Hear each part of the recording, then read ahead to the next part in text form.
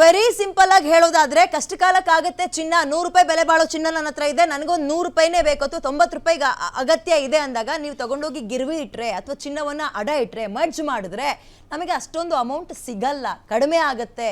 ಇದೇ ಚರ್ಚೆ ಆಗಬೇಕಾಗಿರೋದು. ಸೊ ಹಾಗಾದ್ರೆ ನಾವೇನ್ ಮಾಡಬೇಕು? ಇನ್ವೆಸ್ಟ್ಮೆಂಟ್ ಬದಲಾಯಿಸಬೇಕಾ? ಚಿನ್ನ ಬಿಟ್ಟು ಬೇರೆದ್ರ ಮೇಲೆ ಇನ್ವೆಸ್ಟ್ಮೆಂಟ್ ಮಾಡಬೇಕಾ? ಅಥವಾ ಈಗ RBI ತರುವಂತಹ ರೂಲ್ಸ್ಗೆ ನಾವು ಒತ್ತಡ ಹೇರಬೇಕಾ? ಜನಸಾಮಾನ್ಯರು ನಾವು ಮಾಡಬೇಕಾಗಿರೋದೇನು? ಇದೇ ಚರ್ಚೆ ಇರೋದು. ಚರ್ಚೆ ಮುಂದುವರಿಸ್ತಾ ಹೋಗೋಣ. ಅರುಣ್ ಸರ್, ನೀವು ಹೇಳಿ.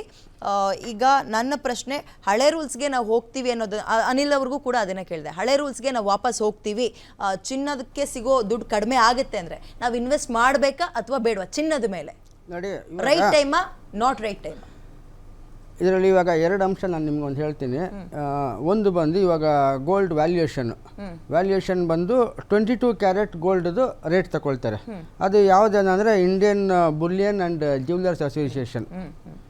ಓಕೆ, ಅವ್ರದ್ದು ಲಾಸ್ಟ್ 30 ದಿನಗಳದ್ದು ಆವ್ರೇಜ್ ಪ್ರೈಸ್ 22 ಕ್ಯಾರೆಟ್ ಗೋಲ್ಡ್ ಎಷ್ಟಿದೆ ಅದು ತಗೊಳ್ತಾರೆ. 22 ಕ್ಯಾರೆಟ್ ಪ್ಯೂರಿಟಿ ಇದೆ ಅಂದರೆ, 22 ಕ್ಯಾರೆಟ್ಗಿಂತ ಪ್ಯೂರಿಟಿ ಕಡಿಮೆ ಇದ್ದರೆ ಅದರದ್ದು ಪ್ರಾವಿಷನಲ್ ರೇಟ್ ತಗೊಳ್ತಾರೆ. ಇದು ನೆಕ್ಸ್ಟು ಬಂದು ನಾನು ಒಂದು ಮುಖ್ಯವಾಗಿ ಹೇಳ್ತೇನೆ. ಇದು ಇವಾಗ ಏನಾಗುತ್ತೆ, ಚಿನ್ನದ ನಾಣ್ಯ ಗೋಲ್ಡ್ ಕಾಯಿನು 50 ಗ್ರಾಮ್ಗಿಂತ ಮೇಲಿಲ್ಲ. ಬಟ್ ಅದು ಏನಂದರೆ ಚಿನ್ನದ ನಾಣ್ಯ ಬಂದು ಬ್ಯಾಂಕ್ ಅವ್ರು ಮಾರಿದರೆ ಮಾತ್ರ ಅಂಥದನ್ನ ಮಾತ್ರ ಅಡ ಇಟ್ಕೋಬೋದು, ಬೇರೆ ಚಿನ್ನದ ನಾಣ್ಯಗಳು ಇಟ್ಕೊಳ್ಳಿ. ಏನ್ರಿ ಇದು ಇವ್ರದ್ದು?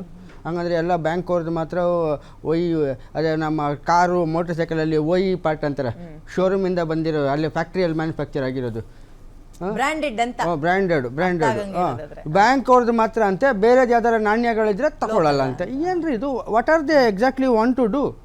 ನಮ್ಮ ಭಾರತ ನಾರಿಯರ ಸಂಸ್ಕೃತಿ ಇದು ಬಂಗಾರ. ಇವಾಗ ಅವರಿಗೆ ನೀವು ಹೇಳ್ತಾ ಇದ್ದಾರೆ ನೀವು ಇದು ಮಾಡಬಾರ್ದು ಅಂತೇಳಿ ಏನು ಮಾಡ್ತಾ ಇದ್ದಾರೆ ಇವರು? ಕೇಂದ್ರ ಸರ್ಕಾರಕ್ಕೇನು ಅಷ್ಟು ಬುದ್ಧಿ ಇಲ್ವಾ? ರಿಸರ್ವ್ ಬ್ಯಾಂಕ್ ಏನು ಯಾಕ್ರಿ ಈ ಥರ ಆಟ ಆಡಬೇಕು? ಗೋಲ್ಡ್ ಕಾಯಿನ್ಸ್, ನಾಣ್ಯಗಳು ಅನ್ನುವಂಥದ್ದು ಒಂದು ಗಟ್ಟಿ ಚಿನ್ನ, ಅದು ಆಭರಣ ಅಲ್ಲ, ಅದು ಅಪರಂಜಿ ಆಗಿರ್ಬೋದು, 22 ಕ್ಯಾರೆಟ್ ಆಗಿರ್ಬೋದು. ಆದರೆ ಅದಕ್ಕೊಂದು ಅಧಿಕೃತವಾದಂಥ ಒಂದು ಲೈಸೆನ್ಸ್ ಬೇಕಾಗತ್ತೆ. ಕಂಡವರೆಲ್ಲ ಚಿನ್ನದ ನಾಣ್ಯ ಮಾಡೋ ಹಾಗಿಲ್ಲ. ಯಾರಾದರೂ ಚಿನ್ನದ ನಾಣ್ಯ ಮಾಡೋದಾದರೆ ಹವಾಲಾ ಮಾರ್ಕೆಟ್ಟು ಜಾಸ್ತಿ. ಆಮೇಲೆ ಈಗ ಮೊನ್ನೆ ನಾವು ಇನ್ನೊಂದು ಪ್ರಕರಣವನ್ನು, ಒಂದು ನಟಿ 15 kg ಚಿನ್ನವನ್ನು ತಂದಿರೋದನ್ನು ನೋಡಿದ್ವಿ. ಆ ಥರ ಬಂದಿರೋ ಚಿನ್ನದಕ್ಕೆಲ್ಲ ಬೇಕು ಅಂತ ಸರ್, ಡಾಕ್ಯುಮೆಂಟ್ಸ್ ಇರಬೇಕು ಅಂತ ಅಲ್ವಾ? ಸೊ ಯಾವುದಾದ್ರೂ ಒಂದು ಅಧಿಕೃತವಾದಂತಹ ನಾಣ್ಯ ಇದ್ರೆ ನಾವು ಈಗ ಜನರು ವಿಚಾರದಲ್ಲಿ ಮಾಡೋಣ. ಷೇರು ಮಾರ್ಕೆಟ್ ಅಲ್ಲಿ ಓಕೆ, ಈಗ ನಾನು ಹಿಂಗೆ ದುಡ್ಡು ಕೊಡ್ತೀನಿ ಚಿನ್ನ ತಗೊಳ್ತೀನಿ ಅನ್ನೋದನ್ನ ಬಿಟ್ರೆ ಎರಡನೇ ಆಪ್ಷನ್ ನಾನು ಷೇರು ಮಾರ್ಕೆಟ್ ಅಲ್ಲಿ ಗೋಲ್ಡ್ ಮೇಲೆ ಇನ್ವೆಸ್ಟ್ ಮಾಡ್ಬೋದಾ ಅಂತ. Is this a right time? ಈಗ ಡೆಫಿನೆಟ್ಲಿ ರೈಟ್ ಟೈಮ್ ಅಲ್ವಾ ಅನ್ನುವಂಥದ್ದು ಬಹಳ ಒಂದು ಕನ್ಫ್ಯೂಸಿಂಗ್ ಸ್ಟೇಟ್. ಯಾತಕ್ಕೆ ಅಂತಂದರೆ from past 1 year the rate of gold has drastically increased. ಸುಮಾರು 5,500 ರೂಪಾಯಿ ಇದ್ದಿದ್ದು ಚಿನ್ನ ಇವತ್ತು 8,500 ತನಕನೂ ಹೋಗಿದೆ. 3,000 ರೂಪಾಯಿ 1.5 ವರ್ಷದಲ್ಲಿ, 2 ವರ್ಷದಲ್ಲಿ 3,000 ರೂಪಾಯಿ ಹೋಗಿರೋದು. ಇನ್ನು ಜಾಸ್ತಿ ಆಗಬಹುದು, ಇಲ್ಲ ಇನ್ನೊಂದು ಸರ್ಕ್ಯುಲೇಷನ್ ಇದೆ, ಕಮ್ಮಿನೂ ಆಗಬಹುದು ಅಂತ. ಇವೆಲ್ಲದಕ್ಕೂ ಕಾರಣ RBI ಯಾವಾಗಲೂ ಜನವಿರೋಧಿನ ಜನಸ್ನೇಹಿನ ಅಂತ ನೋಡಲ್ಲ, ದೇಶಹಿತಕ್ಕ ದೇಶಕ್ಕೆ ಅಹಿತವಾ ಅನ್ನುವಂಥದ್ದನ್ನು ನೋಡ್ತಾರೆ. ಯಾವುದೋ ಒಂದು ವರ್ಗಕ್ಕೆ ಹಿತವಾಗತ್ತಾ ಇಲ್ವಾ ಅನ್ನೋದನ್ನ ನೋಡುವಂಥ ಕೆಲಸ ಅಲ್ಲ RBIದು. ಆ ಥರ ನೋಡಿದ್ರೆ ಈಗ ಮೊನ್ನೆ 3 ದಿವಸದ ಹಿಂದೆ RBI ತನ್ನ ರೆಪೋ ರೇಟನ್ನು 25 ಬೇಸಿಕ್ ಪಾಯಿಂಟ್ಸ್ ಕಮ್ಮಿ ಮಾಡಿದೆ. ಇದರಿಂದ ಕೋಟ್ಯಾಂತರ ಜನ 25 ಬೇಸಿಕ್ ಪಾಯಿಂಟ್ಸ್ ಅಂತಂದ್ರೆ 0.25% ಅಂತ ಅದನ್ನ ಕಮ್ಮಿ ಮಾಡಿದೆ. ಅಂತಂದ್ರೆ ಕೋಟ್ಯಾಂತರ ಜನ ಯಾರು ಗೃಹ ಸಾಲವನ್ನ ತಗೊಂಡಿದ್ದಾರೆ, all EMIs, home loans, especially home loans 25% 0.25% ಕಮ್ಮಿ ಆಗುತ್ತೆ. ಅದು ಗಮನಾರ್ಹ, ಹೌದಾ? ಆದ್ರೆ ಅದನ್ನ ಜನಕ್ಕೆ ಒಳ್ಳೇದಾಗತ್ತೆ ಅನ್ನೋ ದೃಷ್ಟಿಯಿಂದ ಮಾಡಿಲ್ಲ RBI. ಅದು ದೇಶದ ಆರ್ಥಿಕತೆಯನ್ನ ಹೇಗೆ ಸದೃಢಪಡಿಸಬಹುದು, ದೇಶದಲ್ಲಿ ಈಗ ಇನ್ಫ್ಲೇಷನ್ ಹೇಗಿದೆ, ಆರ್ಥಿಕ ಸದೃಢತೆ ಹೇಗಿದೆ, ಅದನ್ನ ನೋಡ್ಕೊಂಡು ಕಮ್ಮಿ ಮಾಡತ್ತೆ ಹೊರತುವೆ ಬಡವರಿಗೆ ಒಳ್ಳೇದು ಮಾಡ್ಬಿಡೋಣ. ಇಟ್ಸ್ ಕ್ಲಿಯರ್, RBIಗೆ ದೇಶದ ಜನರ ಹಿತ ಅಲ್ಲ, ದೇಶದ ಹಿತ ನೋಡಿದಾಗ ಜನರ ಹಿತನೂ ಬರುತ್ತೆ. ನೋಡಿ, ಒಂದು ಹೇಳ್ತೀನಿ ನೋಡಿ, ಜನರ ಹಿತ ಮುಖ್ಯ. ಇದು ಪ್ರಜಾಪ್ರಭುತ್ವ, ಜನರಿಂದ ಜನರಿಗೋಸ್ಕರ ಜನರಿಗಾಗಿ. RBI ತಿಳ್ಕೋಬೇಕು, we are living in a democratic setup. ನಾನು ಯಾಕೆ ಹೇಳ್ತೀನಿ ಅಂದರೆ, ಇವಾಗ ನಮ್ಮ RBIದು ಇಂಟ್ರೆಸ್ಟ್ ರೇಟು ರಿಟೈರ್ ಆದವರು ದುಡ್ಡು ಏನಾದರೂ ಫಿಕ್ಸೆಡ್ ಡೆಪಾಸಿಟ್ ಇಟ್ಟೆ ಅಂದರೆ 1 ವರ್ಷ ಜೀವನ ಮಾಡೋಕ್ಕಾಗಲ್ಲ ರೀ.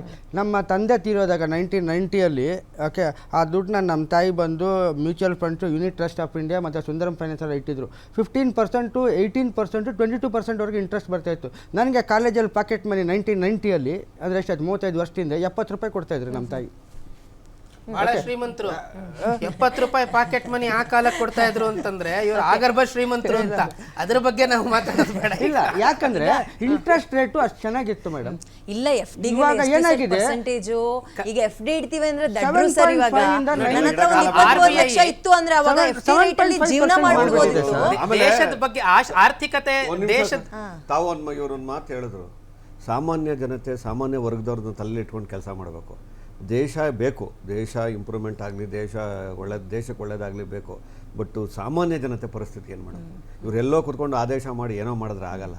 ಇಲ್ಲಿನ ಆಮೇಲೆ ಎಲ್ಲ ಇಂತಹ ಕಷ್ಟ ಆಗೋ ರೂಲ್ಸ್ ಗಳಿಗೆ ಜನ ಒಪ್ಕೊಳ್ಳೋದು ತುಂಬಾ ಕಷ್ಟ. ಅದು ಈಸಿ ಇದ್ರೆ ಓಕೆ, ವಿಲ್ ಅಕ್ಸೆಪ್ಟ್, ನಮ್ಗೆ ಖುಷಿಯಿಂದ ಬರ್ಲಿ ಅಂತ ಇದ್ ಮಾಡ್ತೀವಿ. ಒಂದ್ ಹೆಜ್ಜೆ ಹಿಂದಕ್ಕೆ ಹೋಗುತ್ತೆ ಅಂದ್ರೆ ಅದು ಆರ್ಥಿಕ ನಮ್ ಜನರ ಎಕನಾಮಿಕ್ ಮೇಲೆ ದೊಡ್ಡ ಪೆಟ್ಟನೆ ಕೊಡುತ್ತೆ. ಇನ್ನೊಂದು ಪ್ರಶ್ನೆ ನಂದು, ಈ RBI ಇದನ್ನ ಇನ್ನೂ ತಂದಿಲ್ಲ ನಿಮ್ ಜನರ ಗಮನಕ್ಕೆ. ತಂದ್ರೆ ಇಂತಹ ಪ್ರಾಬ್ಲಮ್ ಆಗುತ್ತೆ. ನೀವು ಅಡ ಇಡೋಕೆ ಅಥವಾ ಗಿರ್ವಿ ಇಡಕ್ಕೆ ಹೋದ್ರೆ ನಿಮಗೆ ನೀವು ಅನ್ಕೊಂಡಷ್ಟು ಹಣ ಸಿಗಲ್ಲ ಅಂತ ನಾವು ಹೇಳ್ತಾ ಇದೀವಿ. ಬಟ್ RBI ಇದನ್ನೆಲ್ಲದ್ರೂ ತಂದ್ರೆ ಅದನ್ನ ಒಪ್ಕೊಳ್ಳೋ ಒಂದು ವರ್ಗ ಇದೆ. ಅದೇನಪ್ಪ ಅಂತ ಹೇಳಿದ್ರೆ ಪ್ರೈವೇಟ್ ಫಿನಾನ್ಸ್ ಕಂಪನಿಗಳು. ನಾನು ಕಟ್ಟಿ ಬಡ್ಡಿ ಕೊಟ್ಟಿ ಅಥವಾ ಅಸಲು ಕಟ್ಟಿ ತಗೊಳಕ್ ಆಗ್ಲಿಲ್ಲ, ಹರಾಜಿಗೆ ಹಾಕಬಿಡ್ತಾರೆ. NBFC ಅವ್ರಿಗೆ ನೋಡಿ, ನಾನ್ ಬ್ಯಾಂಕಿಂಗ್ ಫೈನಾನ್ಸ್ ಸೆಕ್ಟರ್ ಅವ್ರಿಗೆ ಎಲ್ಲ ಹೆಲ್ಪ್ ಮಾಡ್ತಾ ಇರೋದು ಮೇಡಮ್. 1 ವರ್ಷ ಅದೇ ನಾನು ಹೇಳಿದ್ನಲ್ಲ ಉದಾಹರಣೆ, ನಾನು ಅಷ್ಟೇ ಕಾಲೇಜಲ್ಲಿ ಇರ್ಬೇಕಾದ್ರೆ ಏನಾಗ್ತಿತ್ತು, ಏನಾರು ದುಡ್ಡು ಬೇಕಂದ್ರೆ ಏನು ಮಾಡೋದು, ಇರೋ ಚೈನ್ನ ಮರವಾಡಿ ಅಂಗಡಿಯಲ್ಲಿ ಇಟ್ಬಿಡೋದು, ಹಂಗೆ ಇರೋದು, ಇಲ್ಲ ಉಂಗುರ ಇಟ್ಬಿಡೋದು, ಇದೇ ಥರ ಮಾಡಿ, ಇದು ಮಾಮೂಲಿ ದುಡ್ಡು ಬೇಕಾದಾಗ. ಇವಾಗಿರೋ ಇದ್ರಲ್ಲಿ ಏನಾಗುತ್ತೆ ಅಂತಂದರೆ NBFC non banking finance sector Marwadi ಅಂಗಡಿ ಅಂದರೆ ಪರವಾಗಿಲ್ಲ, ಅವ್ರೇನೋ ಕಷ್ಟ ತಿಳ್ಕೊಂಡು ರೆನ್ಯೂವಲ್ ಮಾಡ್ಕೊಬಿಡ್ತಾರೆ. ಅವರೇ ಪಾಪ ರೆನ್ಯೂವಲ್ ನೋಡಿ, ಅದನ್ನ ಗಿರ್ವಿ ಅಂಗಡಿ ಅಂತ ಕರೀತಾರೆ ಅಥವಾ ಪಾನ್ ಬ್ರೋಕರ್ಸ್ ಅಂತ ಕರೀತಾರೆ. ಗಿರ್ವಿ ಈ ಪಾನ್ ಬ್ರೋಕರ್ಸ್ ಲೈಸೆನ್ಸ್ ತಗೋಬೇಕು ಸಹಕಾರಿ ಇಲಾಖೆಯಿಂದ. ನಮ್ಮ ಬೆಂಗಳೂರಲ್ಲಿ 8th ಕ್ರಾಸ್ ಅಲ್ಲಿ ಸಹಕಾರಿ ಇಲಾಖೆ ಇದೆ, ಅಲ್ಲಿ ಅವರು ರಿಜಿಸ್ಟರ್ ಆಗಬೇಕು. ಪಾನ್ ಬ್ರೋಕರ್ಸ್ ಅಂತ ರಿಜಿಸ್ಟರ್ ಆಗಿ ಅವರೊಂದು ರಿಜಿಸ್ಟರ್ ಪುಸ್ತಕ ಮೇಂಟೈನ್ ಮಾಡಬೇಕು. ಯಾರಿಗೆ ಸಾಲ ಕೊಟ್ಟಿದ್ದೀವಿ, ಎಷ್ಟು ಸಾಲ ಕೊಟ್ಟಿದ್ದೀವಿ, ಯಾವ ಇಂಟ್ರೆಸ್ಟ್ ರೇಟ್ ಕೊಟ್ಟಿದ್ದೀವಿ, ಜನ ಪಾಲಿಸ್ತಾ ಇದ್ದಾರೆ ಅದನ್ನ ಹೇಳಿ. ಆಮೇಲೆ ಇನ್ನೊಂದು ಅವ್ರು ಹೇಳ್ತಾರೆ, ಇದು ರೂಲ್ಸ್ ಅಷ್ಟೇ. ಬಟ್ ನೀವು 1 ರೂಪಾಯಿ, 1.5 ರೂಪಾಯಿ, 1.25, 2 ರೂಪಾಯಿ ಬಡ್ಡಿ ತಗೊಂಡು ಕೊಡೋರು ಎಷ್ಟೋ ಜನ ಇದ್ದಾರೆ. ಅದು ತಗೊಂಬೇಕಾದ್ರೆ 75% ತಗೋಬೇಕು ಅಂತ ಇದ್ದಾರೆ. ಇಷ್ಟು ಪರ್ಸೆಂಟೇಜ್ ಲೋಕಲ್ ಅಲ್ಲಿ ಬಳಸ್ತಾ ಇಲ್ಲ. ಕಟ್ಟುನಿಟ್ಟು ಆದೇಶ ಆಗ್ಬೇಕು ಮೇಡಮ್. ಕಟ್ಟುನಿಟ್ಟು ಆದೇಶ ಆದಾಗ ಅನುಕೂಲ ಆಗುತ್ತೆ ಹೊರತು ಜನ ಅದನ್ನ ತಲೆ ಕೆಡಿಸ್ಕೊಳ್ಳಲ್ಲ ಸರ್. ಈ ಮಾರ್ವಾಡಿ ನನಗೆ ಗೊತ್ತು, ತಾಂಡೋಗಿ ಇಡ್ತೀನಿ, ಬ್ಯಾಂಕಿಗೆ ಹೋಗೋಷ್ಟು 150 ಜನ ಕಡಿಮೆ. ಪಕ್ಕದಲ್ಲಿರೋ ಗೊತ್ತಿದ್ದಾನೆ. ಹೇಳ್ತಿರಲ್ಲ, ಬ್ಯಾಂಕಲ್ಲಿ ಏನಾಗುತ್ತೆ ಅಂತಂದ್ರೆ ನೀವು 12 ತಿಂಗಳು ಅಂದ್ರೆ 1 ವರ್ಷ ನೀವು ರೆನ್ಯೂವಲ್ ಬಡ್ಡಿ ಕಟ್ಟಿಲ್ಲ ಅಂತಂದ್ರೆ ಇದು ನಾನ್ ಪರ್ಫಾರ್ಮೆನ್ಸ್ ಅಸೆಟ್ ಅನ್ನು ಹರಾಜು ಹಾಕ್ಬಿಡ್ತಾರೆ. ಹಂಗ್ ನೋಡಿದ್ರೆ ಕಂಪೇರ್ ಟು ಬ್ಯಾಂಕ್ಗಳು ನಮಗೆ ಗೊತ್ತಿರೋ ಮಾರ್ವಾಡಿನೇ ಫೋನ್ ಮಾಡಿ ಹಣ ನನ್ನ ಕೈಲಿ ಆಗಲ್ಲ ಕಾಲೇಜ್ ಟೈಮಲ್ಲಿ ನಮ್ಮ ಫ್ರೆಂಡ್ ಅವ್ರದ್ದು ಮಾರ್ವಾಡಿ ಇತ್ತು ನೋಡಿ. ಅದಕ್ಕೋಸ್ಕರನೇ ಏನ್ ಮಾಡ್ತಾರೆ ಜನ, ತಮಗೆ ಗೊತ್ತಿರುವಂತಹ ಮಾರ್ವಾಡಿಗಳ ಹತ್ರ, ಪಾನ್ ಬ್ರೋಕರ್ಸ್ ಹತ್ರ ಹೋಗಿ ಇಡ್ತಾರೆ. ಆದ್ರೆ ಅವ್ರಿಗೆ ರೆಗ್ಯುಲೇಷನ್ಗಳು ಅಷ್ಟು ಜಾಸ್ತಿ ಇರೋದಿಲ್ಲ. ಅವರು ಒಬ್ಬೊಬ್ರು ಸಹಕಾರ ಕೊಡಬಹುದು, ಒಬ್ಬೊಬ್ರು ಸಹಕಾರ ಕೊಡಲ್ಲ.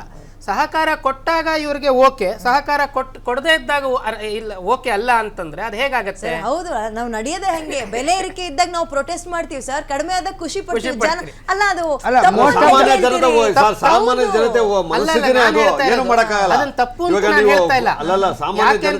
ನೀವು ಒಂದು ಕತ್ತರಿಯ ಅಡಮಾನಕ್ಕೆ ಹೋಗಿ ಸಿಕ್ಕಾಕೊಂಡಾಗ ಕಟ್ ಮಾಡಿಸ್ಕೊಳಕ್ ರೆಡಿ ಇರ್ಬೇಕು. ನೀವು ವಾಪಸ್ ಬರ ಚಾಕು ಚಕ್ಯತೆ ಇಲ್ಲದೆ ಇದ್ರೆ ಕಟ್ ಮಾಡಿಸ್ಕೊಳಕ್ ರೆಡಿ ಇರ್ಬೇಕು ಅಂತ ಅಷ್ಟೇ ನಾನು ಹೇಳ್ತಾ ಇದ್ದೀನಿ. ಮಧ್ಯಮ ವರ್ಗದವರು, ಕೆಳವರ್ಗದವ್ರು ನೋಡಿ, ನಾನು ಮಧ್ಯಮ ವರ್ಗದವನೇ ಅಲ್ಲ, ಬಹಳ ಸ್ಥಿತಿವಂತರ ತರ ಮಾತಾಡ್ತೇವೆ. ಅಂದ್ರೆ ಅದ್ರ ಫರಕ್ಕೆ ನನಗೆ ಬೀಳಲ್ಲ ಅನ್ನೋ ಇದ್ರಲ್ಲಿದೆ. ಬಟ್ ಜನಸಾಮಾನ್ಯರದ್ದು ಅಷ್ಟೊಂದು ಸುಲಭ ಇಲ್ಲ ಸರ್. ಮಾತಾಡ್ತೀನಿ, ಮಾತಾಡ್ತೀನಿ ಅರುಣ್ ಅವರೇ.